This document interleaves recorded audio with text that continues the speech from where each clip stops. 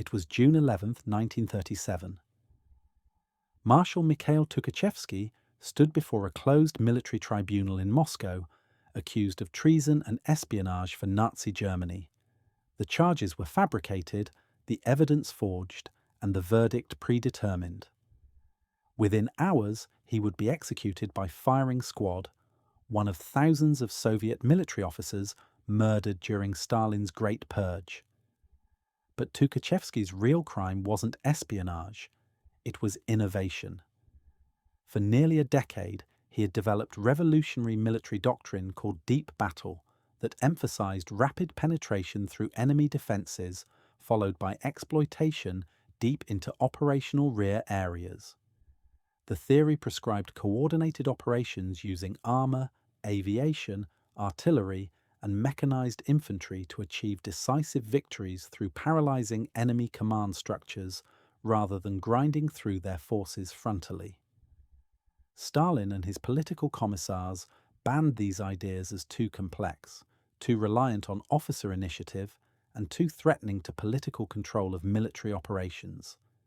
They executed Tukachevsky and suppressed his doctrine. 7 years later, in June 1944, Soviet forces launched Operation Bagration using deep battle principles to destroy German Army Group Center in 6 weeks, advancing 600 kilometers and liberating Belarus. The operation shocked German commanders who couldn't comprehend how Soviet forces conducted such sophisticated operations. It shocked Western allies who had underestimated Soviet operational capabilities. What Tukachevsky said in the 1930s about how future wars would be won proved prophetic. The tragedy was that proving him right required millions of Soviet deaths, while his banned doctrine was slowly, painfully rediscovered through combat experience. The origins of deep battle theory trace to Soviet military theorists' attempts to understand why Germany had defeated Russia in World War I and how future wars might be fought differently. Traditional military doctrine emphasized breakthrough battles where attacking forces concentrated overwhelming power at single point to rupture enemy defenses. Once breakthrough was achieved, cavalry or mobile forces would exploit the gap. This doctrine assumed that breakthrough was the decisive operation and that exploitation was secondary mopping up phase. Tukachevsky and other innovative Soviet theorists recognized this assumption was wrong. Breakthrough created opportunity for decisive operations, but the exploitation phase was where wars were actually won or lost. We'll pause briefly before continuing. If stories like this are important to you, please consider supporting the video with a like and a subscription. After watching, a short comment, even a simple one, helps these stories reach further. Your support ensures they are not forgotten. Thank you. Let's continue. Tukachevsky's key insight was that modern military forces had depth. Armies no longer consisted of single defensive line backed by reserves. They consisted of multiple defensive zones, extending hundreds of kilometers from front lines to rear areas. Simply breaking through the first defensive line didn't guarantee victory because enemy forces could establish new defensive lines using reserves and fortified rear positions. Traditional breakthrough operations often stalled after achieving initial success because attacking forces couldn't sustain momentum through multiple defensive layers.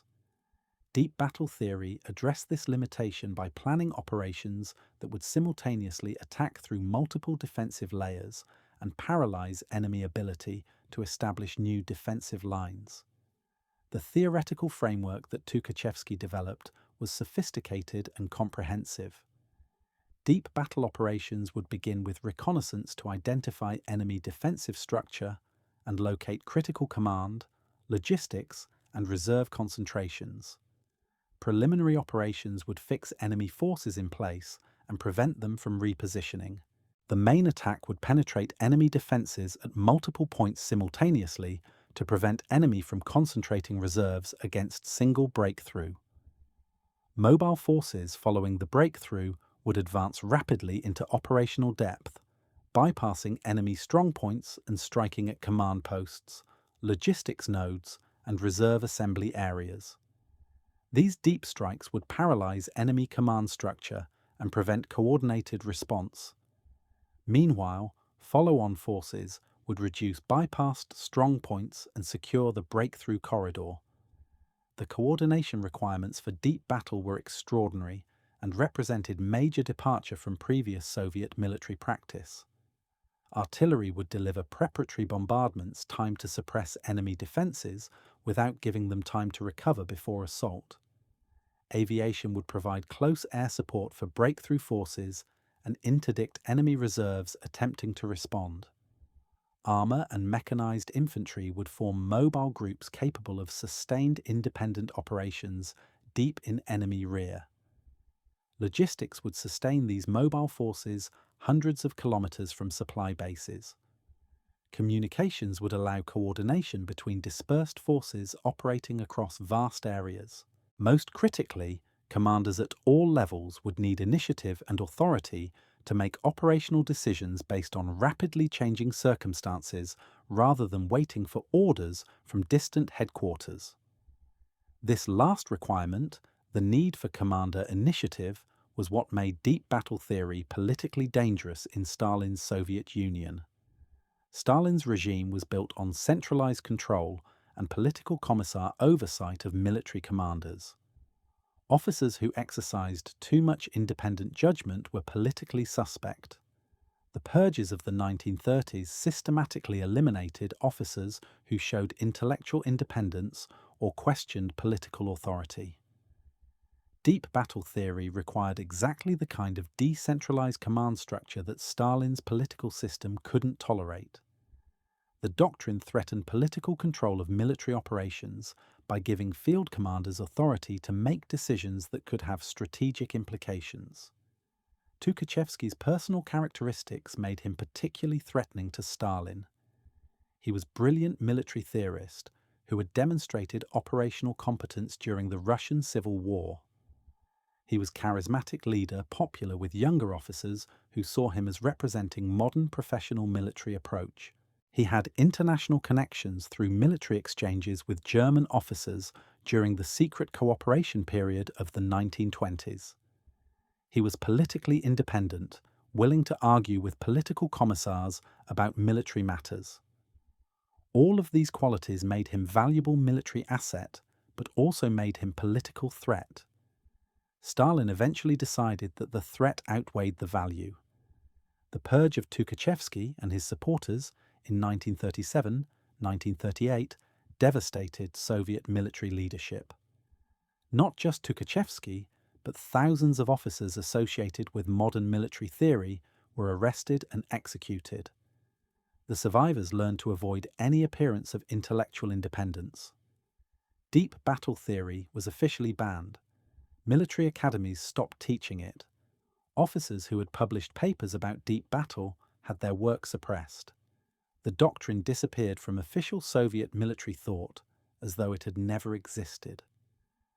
The institutional knowledge that Soviet military had developed about conducting sophisticated operations was deliberately destroyed for political reasons. The consequences became apparent in June 1941 when Germany invaded Soviet Union. Soviet forces attempted to defend using rigid linear tactics that had been acceptable to political commissars but were operationally obsolete. German forces, ironically, were using operational concepts similar to deep battle theory. Wehrmacht's Blitzkrieg emphasized rapid penetration and exploitation into operational depth, paralyzing Soviet command structures and achieving breakthrough that Soviet forces couldn't contain. The operational sophistication that Tukachevsky had tried to develop for Soviet military was instead mastered by Germany and used to devastating effect against Soviet Union. The tragedy was profound. Soviet military theorists had understood how future wars would be fought, had developed doctrine to fight them effectively, and his ideas had been banned and he had been executed. Then enemy forces used those same concepts to nearly destroy Soviet Union. The process by which Soviet military rediscovered deep battle principles during the war was slow and costly. Soviet commanders learned through bitter experience that rigid linear defense didn't work against German mobile operations. They learned that breakthrough without exploitation into depth left German forces able to establish new defensive positions. They learned that paralyzing enemy command structure was more effective than destroying enemy forces through attrition. Every lesson had been articulated in Tukachevsky's theory, but because that theory was banned, Soviet commanders had to relearn through trial and error what could have been learned through study and training. The human cost of this relearning was millions of Soviet casualties. By 1943, Soviet military was beginning to conduct operations that resembled deep battle theory, even though no one explicitly acknowledged this. The counteroffensive at Stalingrad in November 1942 used coordinated attacks against weak Romanian flanks of German positions, followed by rapid exploitation to encircle German forces. This was classic deep battle operation, though it wasn't called that. The Battle of Kursk in July 1943 demonstrated sophisticated defensive operations with prepared defensive depth and mobile reserves for counterattacks, concepts that were part of deep battle defensive theory. The Soviet offensives of late 1943 and early 1944 showed increasing operational sophistication with better coordination between different combat arms and more effective exploitation of breakthroughs. But Operation Bagration in June-July 1944 was the first Soviet operation that fully implemented deep battle concepts at strategic scale. The planning for Bagration began in spring 1944 under Marshal Georgy Zhukov's overall direction. Zhukov had survived the purges partly through political caution and partly through undeniable competence. By 1944, he had enough authority to plan operations according to sound military principles rather than political dictates. Whether Zhukov consciously used Tukachevsky's theories or independently arrived at similar conclusions is unclear. Soviet official histories avoided acknowledging any connection to the banned theorist. But the operational design of Bagration reflected deep battle principles so precisely that the connection seems undeniable. The objective of Bagration was destruction of German Army Group Center, which occupied a massive salient in Belarus. German forces had fortified this salient extensively and considered it nearly impregnable. Wehrmacht intelligence assessed that Soviet forces lacked the operational sophistication to conduct coordinated multi-front offensive that would be necessary to break German defenses. This assessment was based on previous Soviet operational patterns that emphasized relatively simple frontal attacks. German commanders failed to recognize that Soviet operational capabilities had evolved dramatically since 1941. The Soviet plan for Bagration was complex and required precise coordination across unprecedented scale. 4 Soviet fronts, equivalent to Western army groups, would attack simultaneously across 400-kilometer frontage. The attacks would begin with massive artillery preparation using 36,000 guns and rocket launchers. Aviation would provide close air support and interdict German reinforcements. Partisan forces behind German lines would simultaneously sabotage German communications and logistics. The initial attacks would penetrate German defences at multiple points, preventing Germans from concentrating reserves. Mobile groups of tanks and mechanized infantry would then exploit these breakthroughs, driving deep into German rear areas to encircle major German force concentrations. The deception operation supporting Bagration was equally sophisticated and reflected deep battle emphasis on paralyzing enemy command. Soviet forces created false buildup in southern Ukraine to convince Germans that main Soviet summer offensive would occur there. This deception worked perfectly. German reserves were positioned to counter phantom threat in south, while actual Soviet offensive preparations proceeded in Belarus. The simultaneous nature of partisan attacks on German communications meant that when Bagration began, German commanders couldn't communicate effectively with their units or with higher headquarters. This command paralysis was exactly what deep battle theory prescribed. The offensive began on June 23, 1944. The scale and coordination shocked German commanders immediately.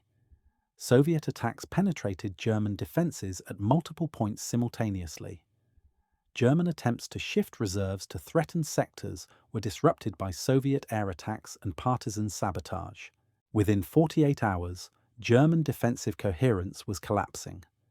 Soviet mobile groups were advancing rapidly through gaps in German lines, bypassing strong points and driving toward operational objectives deep in German rear. German commanders requested permission to withdraw, but Hitler refused, ordering forces to hold their positions. This played directly into Soviet operational design, which relied on German forces remaining in place to be encircled rather than conducting fighting withdrawals. By June 28th, Soviet forces had encircled major German concentrations near Vitebsk and Bobruisk. These encirclements trapped over 100,000 German soldiers who were destroyed or captured over following days. Meanwhile, Soviet mobile forces continued advancing westward. They didn't pause to reduce encircled German positions, but instead drove deeper, creating additional encirclements and preventing German forces from establishing coherent defensive lines. This was classic deep battle exploitation, using momentum to achieve operational paralysis rather than methodically destroying enemy forces. The conventional approach would have been to halt after achieving encirclements and methodically destroy trapped forces before advancing. Deep battle theory recognized that maintaining operational tempo was more important than complete destruction of bypassed forces. The speed of Soviet advance shocked Western Allied observers as much as German commanders. American and British intelligence had expected Soviet summer offensive would achieve modest gains, perhaps advancing 100 to 200 kilometers over several months of fighting. Instead, Soviet forces advanced 600 kilometers in 6 weeks, liberating virtually all of Belarus and reaching Polish borders. The operational sophistication demonstrated by Soviet forces exceeded Western assessments of Soviet capabilities. This had strategic implications for post-war Europe because it demonstrated that Soviet Union could conduct sophisticated military operations that previous estimates hadn't credited. The German response to Bagration revealed Wehrmacht's declining operational capabilities. German commanders recognized they faced operational disaster but couldn't organize effective response. Communications failures prevented coordinated action. Fuel shortages limited mobile operations. Air superiority losses prevented German aviation from interdicting Soviet advances. Most critically, Hitler's refusal to authorize withdrawals meant German forces remained in untenable positions until they were destroyed or forced to surrender. The operational flexibility that had characterized Wehrmacht in earlier years was gone, replaced by rigid defense that played perfectly into Soviet operational design. The statistics from Bagration were staggering and demonstrated operations' effectiveness. Soviet forces destroyed 28 German divisions, effectively eliminating Army Group Center as coherent formation. German casualties exceeded 400,000 killed, wounded, or captured. German equipment losses included thousands of artillery pieces, hundreds of tanks, and vast quantities of other military equipment. Soviet casualties were also substantial, approximately 180,000 killed and wounded. But the casualty exchange ratio was far more favorable than previous Soviet operations, reflecting improved operational effectiveness. The comparison between Bagration and earlier Soviet operations reveals how much Soviet operational capabilities had evolved. The counteroffensive at Moscow in December 1941 had been operationally simple, essentially pushing German forces back through frontal attacks. The Stalingrad encirclement in November 1942 showed increased sophistication with coordinated attacks on weak flanks followed by encirclement. The Battle of Kursk in July 1943 demonstrated sophisticated defensive operations. But Bagration was different in kind. It was strategically planned offensive operation using coordination across multiple fronts, sophisticated deception, simultaneous attacks creating operational paralysis, and sustained exploitation into operational depth.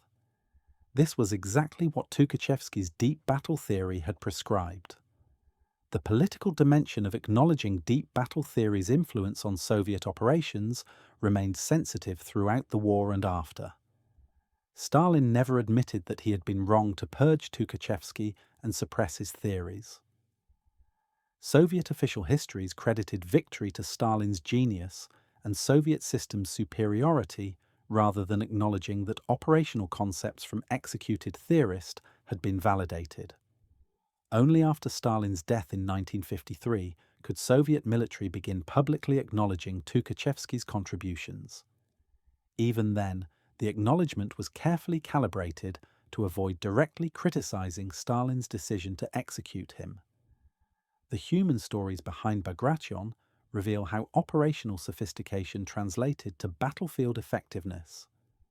Colonel Ivan Markov commanded a tank regiment in the 2nd Guards Tank Army during Bagration. His regiment was part of mobile group tasked with exploiting breakthrough and advancing to operational depth. Markov described the operation's pace as exhilarating and terrifying. His regiment advanced over 300 kilometers in 2 weeks, fighting multiple engagements, navigating through unfamiliar territory, and maintaining coordination with air and artillery support despite often tenuous communications. The operational tempo required constant decision-making without time to request authorization from higher headquarters. This was exactly the kind of decentralized command that deep battle theory required and that Stalin's system had traditionally prohibited. The junior officers and soldiers who executed Bagration's tactical operations benefited from improved training that reflected hard-won lessons from 3 years of war. Sergeant Dmitry Volkov was a tank commander in a T-34 during Bagration. He had survived since 1942, extraordinary longevity for a tank crew member. Volkov described how Soviet tactics had evolved from rigid adherence to prescribed formations, to flexible adaptation based on terrain and enemy dispositions. Tank crews had learned to coordinate with infantry and artillery. They understood combined arms operations. They could operate independently when necessary, but maintain coordination with higher headquarters when possible. These capabilities required training and experience that earlier Soviet forces had lacked. The logistics achievement supporting Bagration deserves particular attention because deep battle theory required sustained support for forces operating deep in enemy territory. Soviet logistics officers had to supply over 2 million soldiers, 6,000 tanks, and 36,000 artillery pieces, advancing across 600 kilometers in 6 weeks. The supply lines stretched longer daily as forces advanced. Soviet logistics used American Lend-Lease trucks extensively, demonstrating that operational sophistication required adequate logistics support. The relationship between operational design and logistics capabilities was fundamental to deep battle theory. Sophisticated operations failed without logistics to sustain them.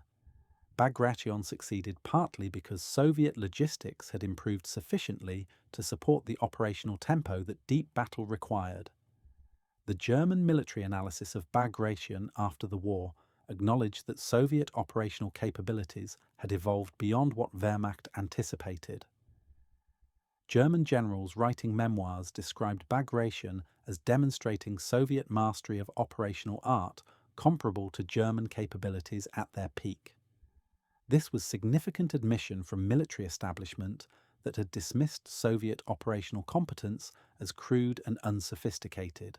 The acknowledgement validated Tukachevsky's theories by demonstrating that properly implemented deep battle concepts could defeat even experienced professional military forces.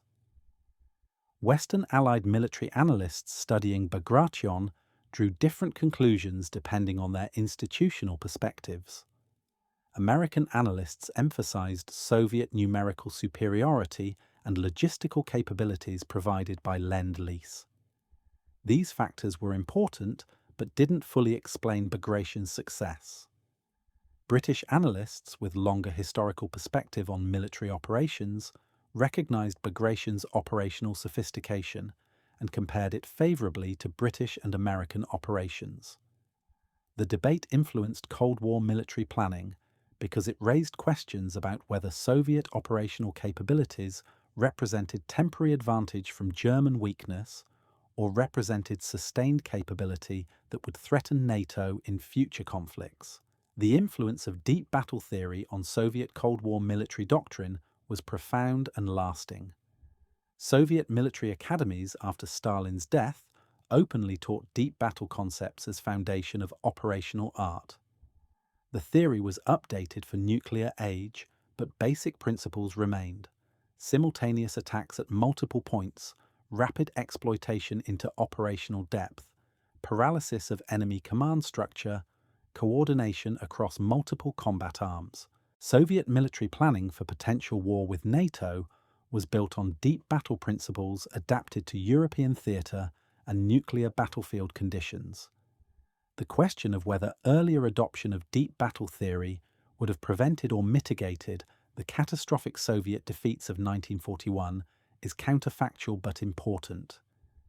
If Soviet military had been trained in deep battle operations, and if commanders had been authorized to use initiative rather than awaiting orders, Soviet response to German invasion might have been more effective. The rigid linear defenses that German forces smashed in June 1941 might have been replaced by sophisticated defense in depth with mobile reserves for counterattacks. But this requires assuming that Stalin's political system could have tolerated the decentralized command that deep battle required. The legacy of Tukachevsky extends beyond his military theories to questions about relationships between political systems and military effectiveness. Authoritarian political systems that demand centralized control and punish independent thinking systematically handicap their own militaries. Military effectiveness requires delegation of authority, tolerance for initiative, and acceptance that field commanders must make decisions based on battlefield circumstances rather than political considerations. Stalin's purges nearly destroyed Soviet military by eliminating officers who understood these principles. Soviet victory ultimately required relaxing political control enough to allow military professionals to conduct operations according to sound military principles. The moral evaluation of Tukachevsky's execution and the suppression of his theories is straightforward. Stalin murdered a brilliant military theorist for political reasons that had nothing to do with Tukachevsky's guilt or innocence. The suppression of his theories handicapped Soviet military capabilities at precisely the moment when sophisticated operations might have prevented catastrophic defeats. The human cost of this political interference was millions of Soviet casualties. This was one of many examples where Stalin's paranoia and political priorities directly caused Soviet military failures and unnecessary deaths. The rehabilitation of Tukachevsky's reputation in post-Stalin Soviet Union was partial and politically constrained. Soviet authorities acknowledged that his execution was unjust and that his military theories were valuable. But they couldn't acknowledge that Stalin's decision to execute him was fundamentally wrong, or that the purges had nearly destroyed Soviet military capabilities. Modern Russian military historians have been more willing to acknowledge Tukachevsky's contributions and criticize the purges' impact on Soviet military capabilities. The international influence of deep battle theory extends beyond Soviet and Russian military thought. Military establishments worldwide have studied the theory and incorporated elements into their own operational doctrines. American airland battle doctrine developed in 1980s borrowed concepts from deep battle about attacking enemy depth simultaneously. NATO operational planning reflected deep battle principles about paralyzing enemy command structures. The theory's influence demonstrates that effective military concepts transcend political systems and national boundaries. What shocked the world about Operation Bagration wasn't just its scale or success. It was the demonstration that Soviet military had mastered operational sophistication that required coordinated decision-making across multiple organizational levels, sustained logistics support, and tactical flexibility from junior commanders. These capabilities contradicted Western assumptions about Soviet military being crude and inflexible. They contradicted German assumptions that their operational superiority would persist despite material disadvantages. The shock was recognition that Soviet Union had developed into genuine military power with sophisticated operational capabilities. Those capabilities were based on theories that Tukachevsky had developed, that Stalin had banned, and that Soviet military had painfully rediscovered through combat experience. The tragedy was that proving Tukachevsky right required first ignoring him, executing him, suppressing his theories, suffering catastrophic defeats because those theories weren't available, and then slowly relearning through millions of casualties what he had tried to teach. Deep battle theory shocked the world when it was finally implemented, but it should have shocked the world earlier as example of how political interference in military affairs costs lives and prolongs wars by preventing adoption of effective doctrine developed by professionals who understand warfare better than politicians do. The biographical details of Tukachevsky's life reveal a man whose talents made him both valuable and dangerous to Stalin's regime. Born in 1893 to minor nobility, Tukachevsky entered military service in 1914 and fought in World War I, where he was captured by German forces. He escaped captivity and returned to Russia during the revolutionary period, joining the Bolsheviks despite his aristocratic background. His military talent was evident immediately. During the Russian Civil War, he commanded armies at age 27 and demonstrated operational competence that exceeded many older, more experienced commanders. By his early 30s, he was among the youngest and most prominent military leaders in Soviet Union. Tukachevsky's intellectual curiosity drove him to study military theory extensively. He read works by foreign military theorists, studied historical campaigns, and attempted to understand how technology was changing warfare. In the 1920s, he traveled to Germany during the secret cooperation period when Soviet and German militaries trained together in violation of Versailles Treaty restrictions. These interactions exposed him to German military thinking and allowed him to observe Wehrmacht's developing operational concepts. He incorporated useful ideas while rejecting aspects that didn't fit Soviet circumstances. This intellectual openness was admirable from military perspective, but politically dangerous in increasingly paranoid Soviet system. The development of deep battle theory wasn't solely Tukachevsky's work, but resulted from collaboration among several innovative Soviet military theorists. Vladimir Triandafilov contributed important concepts about calculating breakthrough operations and coordinating different combat arms. Georgy Isserson developed theories about deep operations and exploitation. Alexander Svechin provided historical perspective and emphasized importance of logistics in sustaining operations. These theorists worked in productive intellectual environment where military innovation was encouraged. But this environment was destroyed by Stalin's purges. Most of these theorists were executed alongside Tukachevsky, and their collaborative intellectual community was shattered. The specific charges against Tukachevsky in 1937 were absurdly fabricated. He was accused of spying for Germany and plotting to overthrow Soviet government. The evidence consisted of documents that NKVD forged and confessions extracted through torture from other arrested officers. Tukachevsky's trial was closed-door military tribunal where he had no defense counsel and no opportunity to challenge the evidence. The verdict was predetermined. Within hours of the trial's conclusion, he was executed. The speed and secrecy reflected Stalin's determination to eliminate him before any public defense could be mounted. The purge extended far beyond Tukachevsky personally. 3 of 5 marshals of Soviet Union were executed. 13 of 15 army commanders were executed. 57 of 85 corps commanders were executed. 110 of 195 division commanders were executed. The statistics reflected systematic destruction of Soviet officer corps at all levels. The survivors were mostly officers who had demonstrated political loyalty rather than military competence. The institutional memory and professional expertise that Soviet military had developed was deliberately erased. The impact on Soviet military capabilities was catastrophic and became evident when war began. The personal testimonies of officers who survived the purges reveal the terror that gripped Soviet military. Officers learned that professional competence and theoretical innovation were dangerous. Political loyalty and ideological orthodoxy were what mattered for survival. Many officers destroyed their personal libraries of military theory books, fearing that possession of such materials might be interpreted as evidence of intellectual independence. Professional discussions about military operations became carefully constrained to avoid any appearance of questioning official doctrine.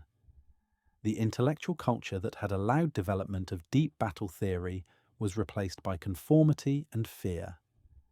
The irony of the purges' timing was that they occurred precisely when German military was mastering operational concepts similar to those Soviet theorists had developed.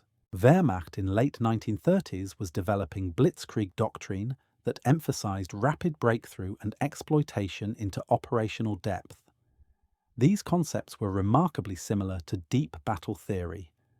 But German military culture encouraged intellectual debate and theoretical development, while Soviet military culture was destroying officers who thought too independently. When war came, German forces used sophisticated operational concepts, while Soviet forces were handicapped by lack of theoretical foundation that had been systematically suppressed. The attempts by surviving Soviet officers to maintain some operational sophistication despite the purges were heroic but inadequate. Some officers continued studying military theory privately, hiding books and papers from authorities. They shared ideas quietly with trusted colleagues, risking arrest if discovered. They tried to train junior officers in sound tactical principles without explicitly referencing banned theoretical concepts. But these individual efforts couldn't compensate for systematic destruction of institutional knowledge and professional military education. The gap between what Soviet officers knew privately and what they could implement officially was enormous and contributed directly to Soviet defeats in 1941. The personal cost to Tukachevsky's family exemplified Stalin's cruelty. Tukachevsky's wife was imprisoned shortly after his execution. His brothers were arrested and killed. His daughter was sent to orphanage and raised without knowledge of her parents. Extended family members were persecuted for their connection to an executed traitor. This collective punishment was standard practice during the purges, intended to deter anyone from following Tukachevsky's example of intellectual independence. The human toll of the purges extended far beyond those actually executed, to include families destroyed and children traumatized by state-sponsored terrorism. The rediscovery of deep battle principles during the war occurred through multiple channels. Some surviving officers who had studied under Tukachevsky retained knowledge of his theories and gradually implemented concepts as circumstances allowed.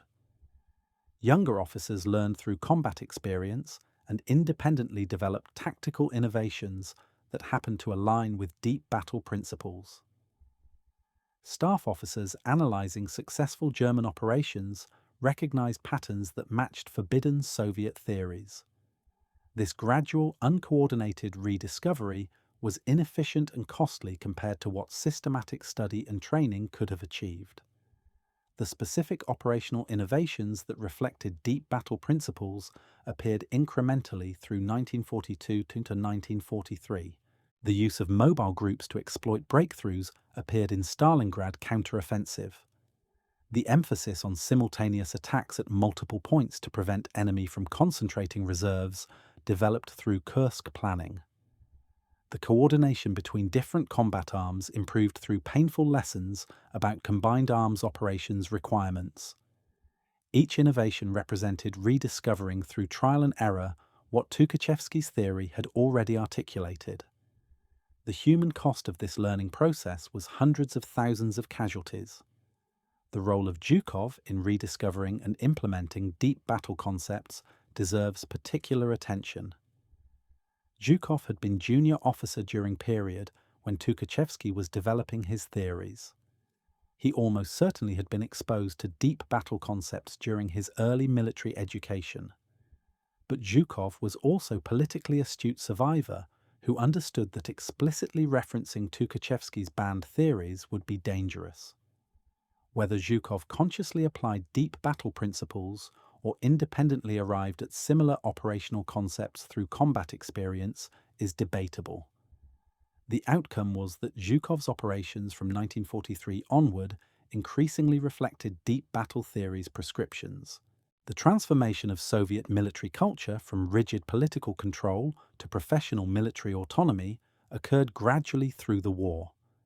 Stalin initially exercised direct control over military operations, often overruling professional military advice with disastrous consequences. The defeats of 1941 and 1942 forced Stalin to recognize that professional military judgment was necessary for survival. He gradually delegated more authority to military commanders while maintaining ultimate political control. By 1944, Soviet generals had operational freedom that would have been unthinkable in 1941. This evolution reflected Stalin's pragmatic recognition that winning the war required allowing military professionals to make military decisions. The post-war Soviet military's treatment of Tukachevsky's legacy was complex and revealing. During Stalin's lifetime, Tukachevsky remained officially condemned traitor whose theories were banned.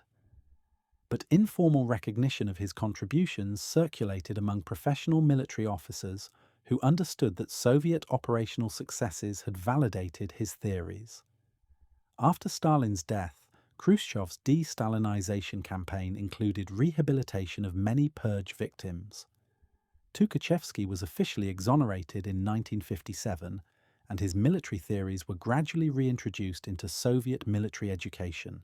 But the rehabilitation was politically controlled and avoided full acknowledgement of how the purges had damaged Soviet military capabilities.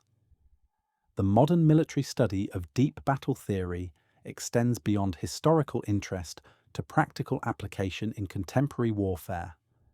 The principles that Tukachevsky articulated about attacking enemy depth simultaneously, paralyzing command structures, and maintaining operational tempo remain relevant despite technological changes. Modern precision weapons, networked communications, and real-time intelligence make deep battle concepts more feasible than they were in 1930s or even 1940s.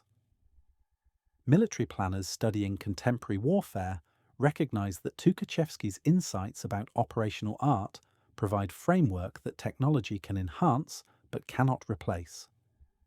The comparison between deep battle theory and American airland battle doctrine developed in 1980s reveals how Tukachevsky's ideas influenced Western military thinking.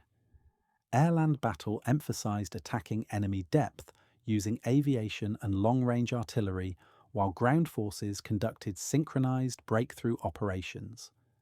The conceptual similarity to deep battle was not coincidental.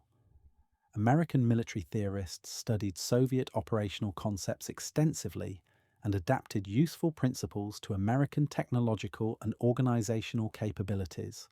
The irony was that American military implemented refined version of theory that Stalin had banned and that Soviet military had to rediscover through painful experience. The question of how many Soviet lives were lost because deep battle theory was banned is ultimately unanswerable but important. If Soviet forces in 1941 had been trained in sophisticated operational concepts, and if commanders had authority to implement those concepts, the catastrophic defeats of summer 1941 might have been mitigated. Soviet forces might have conducted more effective defense-in-depth operations, used mobile reserves more effectively, and avoided massive encirclements that cost millions of casualties. The counterfactual cannot be proven, but the directional impact seems clear. Suppressing effective military doctrine cost Soviet lives that might have been saved. The ethical implications of Stalin's decision to purge Tukachevsky and suppress his theories extend beyond military effectiveness to fundamental questions about political leadership during existential threats. Stalin prioritized political control over military effectiveness, even when this choice weakened Soviet ability to defend against Nazi invasion. This reflected Stalin's personality and political philosophy that valued control over all other considerations. The human cost of this priority system was millions of Soviet casualties. Whether any political objective justified that cost is a moral question that reasonable people can debate, but the fact that political considerations took precedence over military effectiveness is undeniable. The memory of Tukachevsky in modern Russia reflects ongoing debates about Stalin's legacy and about relationships between political power and professional expertise.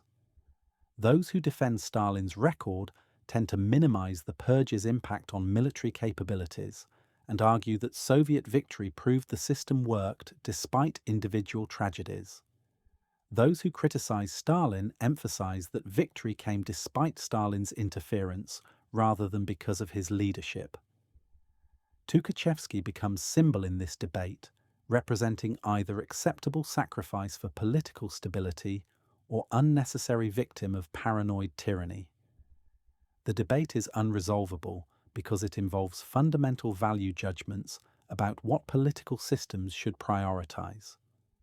The pedagogical lessons from Tukachevsky's story extend beyond military history to broader questions about innovation, institutional learning, and political interference in professional domains. Organizations that punish intellectual independence and innovative thinking systematically handicap themselves. The short-term benefits of political control and ideological conformity are purchased at cost of long-term stagnation and inability to adapt to changing circumstances. This pattern appears in military organizations, business enterprises, and political systems. Tukachevsky's fate exemplifies this dynamic in particularly stark form because the consequences were measured in millions of deaths. The final irony of deep battle theory's history is that concept banned as too complex and threatening became foundation of Soviet military doctrine for 40 years. The theory that Stalin suppressed because it required decentralized command became standard training for all Soviet officers. The ideas that Tukachevsky was executed for developing became celebrated as pinnacle of Soviet operational art. This transformation reflected recognition that Tukachevsky had been right about how modern wars would be fought. But the recognition came too late to prevent the catastrophic defeats and massive casualties that resulted from suppressing his theories when they could have prevented disaster. The world was shocked when Soviet forces finally implemented deep battle principles in operations like Bagration. But the real shock should have been earlier, when brilliant military theorist was executed for developing concepts that would prove essential for Soviet survival and victory,